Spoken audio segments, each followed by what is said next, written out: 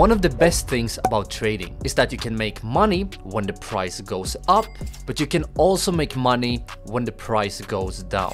This is the power of understanding long positions and short positions. When you go long, for example, a stock, you look to make money from the price going up. And when you go short, you look to make money from the price going down. Being long is often called being bullish, and being short is often called being bearish. Alright, so now let's take a look at how long trades and short trades actually work. Long trades are in general very simple and much more simple than short trades. Let's say that this handsome guy right here is you, and you are looking to go long, so you want the price to increase. Let's say that you're looking to go long Apple and that the Apple stock is currently trading at $100. So you buy one Apple stock for $100 right here. If the price then increases to, let's say, $130, you will simply make the $30 minus a small commission fee. Let's just say $1. So you will make, let's say, $29 in total.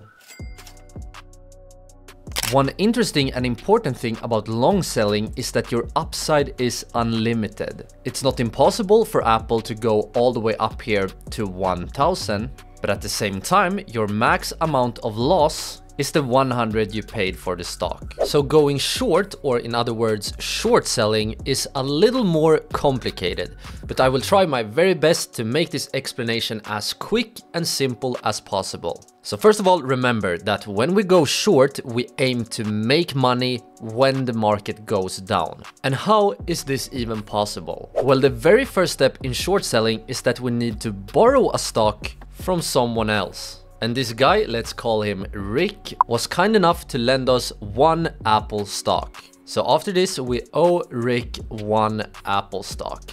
And let's say that this right here is the price chart of Apple. And let's say that the current price once again is 100. And what we need to do here, just after borrowing the stock, is that we actually sell the stock right away. This right here is what we call short selling. So we sell the stock for 100 and now we have 100 in our bank account, but we also owe Rick one Apple stock. And now let's take a look at what happens if the price goes down to, let's say, $70. Well, what we now can do is that we can buy the stock, we can buy back the stock once again, but for $70. So after we buy back the stock, we give it back to Rick, thank you very much. And remember that we paid 70, so now we lost $70. But now look at what we have in our bank account. We got 100 when we sold the stock that we borrowed, and we lost $70 when we bought back the stock. So our total profit from this short selling is actually $30. However, we also had to pay some fees in the form of interest while Rick lended us the Apple stock.